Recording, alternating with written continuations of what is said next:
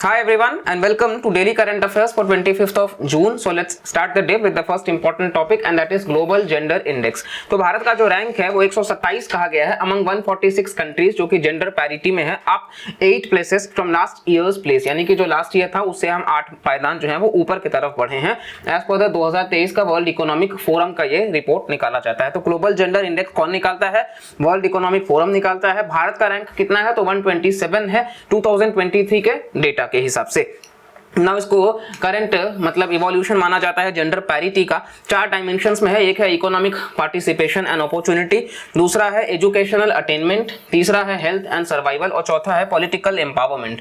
तो 4 की डायमेंशंस आपको ध्यान रखना है। यूपीएससी देखिए आजकल जो सवाल है वो उस तरीके से नहीं आ रहे हैं, लेकिन अगर वो अपने पुराने पैटर्न पे जाएंगे तो इस प्रकार से सवाल बन सकते हैं कि ये जो 4 डायमेंशंस हैं आपको इन डेप्थ पता होना चाहिए। तो पहला है कि कितना इकोनॉमिक पार्टिसिपेशन और अपॉर्चुनिटी है, दूसरा एजुकेशनल अटेनमेंट कितना है, हेल्थ एंड सर्वाइवल कितना है और पॉलिटिकल एम्पावरमेंट कितना है।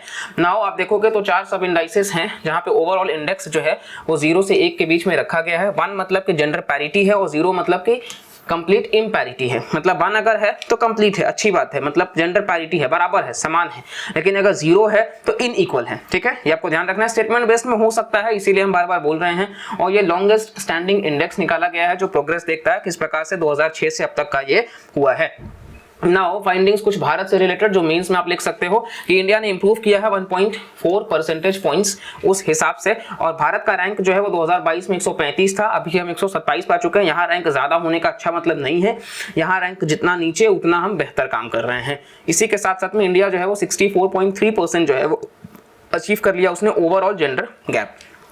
नाउ स्कूल एनरोलमेंट में पैरिटी अगर हम देख लें तो ये भी बढ़ा है सभी लेवल्स पे। पॉलिटिकल एम्पावरमेंट में भी अगर हम देख लें तो रजिस्टर किया 25.3%। ठीक है, जहाँ पे विमेन जो एमपीज हैं वो 15% के आसपास हैं। इसी के साथ साथ में आप देखोगे एट बर्थ पे तो ये भी 92% के आसपास है या 93 आप कह सकते हो। ग्लोबल रैंकिंग्स में कोई भी कंट्री ने अचीव नहीं किया है फुल जेंडर पैरिटी, ये हमारे लिए विश्व के लिए अच्छी बात नहीं है। ठीक है, और टॉप 9 कंट्रीज आप देखोगे तो 14 साल से आइसलैंड जो है वो मोस्ट जेंडर इक्वल कंट्री है, और इसी के साथ साथ में ये लगभग इतना इनका गैप ये भर चुके हैं। ठीक है, इतना ये गैप क्लोज कर चुके हैं। हमारा आज भी हम देखेंगे कितना था, 65% के अप्रोक्स में। यहाँ हमने पढ़ा था ना जी कि 65% के आसपास में भारत ने इतना का गैप क्लोज किया है। और वहीं आप देखोगे आइसलैंड का, तो आइसलैंड का 92% के आसपास, मतलब अभी भी हमको बहुत काम करना है कि हम वहां तक एटलीस्ट पहुंच सके। इसके बाद में हम यहाँ पे बात कर लेते हैं वर्ल्ड इकोनॉमिक फोरम के बारे में। तो ये बेसिकली इंटरनेशनल ऑर्गेनाइजेशन है फॉर पब्लिक प्राइवेट कोऑपरेशन। इसको लाया गया था 1971 में as a not for profit foundation. ठीक है, इसके फाउंडर हैं क्लॉस स्क्वाब और इसका हेडक्वार्टर्स है जेनीवा स्विट्जरलैंड में, और ये एक इंडिपेंडेंट इम्पार्शियल बॉडी है। ठीक है, तो आपको इसका हेडक्वार्टर्स भी ध्यान रखना है, जेनीवा स्विट्जरलैंड में, 1971 क्लॉस स्क्वाब। ठीक है, साथ साथ में आप देखोगे तो ये पॉलिटिकल, बिजनेस और बाकी जो फोरम है उसे डील करता है, और इसका कुछ फेमस रिपोर्ट्स है जैसे global risk report, the future of jobs report. इसी के साथ साथ में ये काफी इंपॉर्टेंट है, travel and tourism competitiveness report और ग्लोबल कॉम्पिटिटिवनेस रिपोर्ट। ये दोनों ही काफी इंपॉर्टेंट है, ये आपको ध्यान रखना है। जहां जहां कॉम्पिटिटिवनेस आ रहा है वहां आपको वर्ल्ड इकोनॉमिक फोरम देखने को मिल जाएगा। नेक्स्ट है यूएनडीपी पार्टनरशिप विथ DNULM। तो ये जो यूएन का डेवलपमेंट प्रोग्राम है और जो दीनदयाल अंत्योदय योजना है, नेशनल अर्बन लाइवलीहुड्स मिशन, ये एंटर करता है कोलैबोरेटिव पार्टनरशिप में। ये प्रोवाइड करता है सपोर्ट महिलाओं को ताकि वो किस तरीके से अपने एंटरप्राइजेस के स्किल्स को बढ़ा सकते हैं। साथ साथ में ये केयर इकोनॉमी पे फोकस करता है, डिजिटल इकोनॉमी पे फोकस करता है, इलेक्ट्रिक मोबिलिटी, वेस्ट मैनेजमेंट हो सके, फूड पैकेजिंग वगैरह, इन सब पे। ड्यूरेशन है कि 3 साल का प्रोजेक्ट है जिसको एक्सटेंड किया गया है 2025 तक, और ये इनिशियल फेज में भारत के 8 शहरों को कवर करेगा। नेक्स्ट हम बात कर लेते हैं तो बेसिकली आप देखो कि आइडेंटिफाइंग पॉकेट्स जो है वो पॉवर्टी और एंटरप्रेन्योर्स को, इन सबको मतलब अर्बन पॉवर्टी को टैकल करा जाए और एंटरप्रेन्योर्स को बढ़ावा दिया जा सके, और इससे बिजनेस डेवलपमेंट की बात करी जा रही है। और यहाँ पे आप देखोगे तो बिजनेसेस को फॉर्मलाइज करना, बैंक लिंकेजेस एस्टैब्लिश करना और सिक्योर करना फाइनेंस और मार्केट से एक्सेस रिलेटेड। नाउ बिज साक्षीज है तो यूएनडीपी जो है वो डेवलप कर रहा है कम्युनिटी बिजनेस मेंटर्स, जिसको बिज सखीज कहा गया है, जो सिलेक्टेड प्रोजेक्ट लोकेशंस में है, और ये जो मेंटर्स हैं वो पोजेस कर रहे हैं वैल्यूएबल बिजनेस नॉलेज, और साथ साथ में किस तरीके से रिसोर्स ये बाद में काम आ सकता है। नेक्स्ट आप देखोगे दीनदयाल अंत्योदय योजना जो कि नेशनल अर्बन लाइवलीहुड्स मिशन का पार्ट है, तो ये एक सेंट्रली स्पॉन्सर्ड स्कीम है, कई बार बता चुके हैं 60-40 का रेशियो होता है। और मिनिस्ट्री कौन सी है, तो हाउसिंग एंड अर्बन अफेयर्स है, और ये 4041 स्टैट्यूटरी सिटीज एंड टाउन्स को कवर कर रहा है, ठीक है, जो कि आप देखोगे तो एंटायर अर्बन पॉपुलेशन उसमें समा जाते हैं। नेक्स्ट यहाँ पे बात कर लेते हैं, तो ये बिल्ड करेगा ग्रास रूट लेवल्स को और ज़्यादा स्ट्रॉन्ग करेगा और अर्बन पुअर को एक एक्सेस मिलेगा सेल्फ एम्प्लॉयमेंट का। नेक्स्ट ये शेल्टर्स प्रोवाइड करेगा एसेंशियल एमिनिटीज वगैरह के साथ में, और लाइवलीहुड कंसर्न्स को भी ये एड्रेस करेगा कि किस प्रकार से मार्केट अपॉर्चुनिटीज को और बढ़ावा दिया जा सकता है। साथ साथ हमारा जो टॉपिक है नेटो +5 का स्टेटस, तो यूएस का जो सेनेट है उसने भारत के कॉकस को जो कि इंट्रोड्यूस कर रहा है लेजिस्लेशन कि भारत को नेटो +5 में डिफेंस स्टेटस दिया जाए ना। नेटो प्लस एक ग्रुपिंग है नॉर्थ अटलांटिक ट्रीटी ऑर्गेनाइजेशन और 5 कंट्रीज जिसमें ऑस्ट्रेलिया है, न्यूजीलैंड है, जापान है, इजराइल है और साउथ कोरिया है, और ये बूस्ट करेगा ग्लोबल का डिफेंस कोऑपरेशन। और ये भारत को जोड़ना चाहते हैं, तो ये बिल्ड करना चाहते हैं यूएस और इंडिया का क्लोज पार्टनरशिप, ताकि ये चाइनीज एग्रेशन को टैकल कर सके, फैसिलिटेट कर सके सीबलेस इंटेलिजेंस शेयरिंग वगैरह अलग अलग कंट्रीज के साथ में, और ये एक्सेस मिल सके लेटेस्ट मिलिट्री टेक्नोलॉजी का, ठीक है।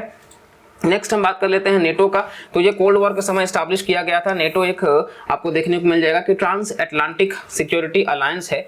ट्रांस अटलांटिक मतलब कि अटलांटिक से पार, ठीक है, तो ट्रांस अटलांटिक सिक्योरिटी अलायंस है जिसमें 31 मेंबर कंट्रीज हैं यूएसए को मिला करके, और फिनलैंड जो है वो रिसेंट है।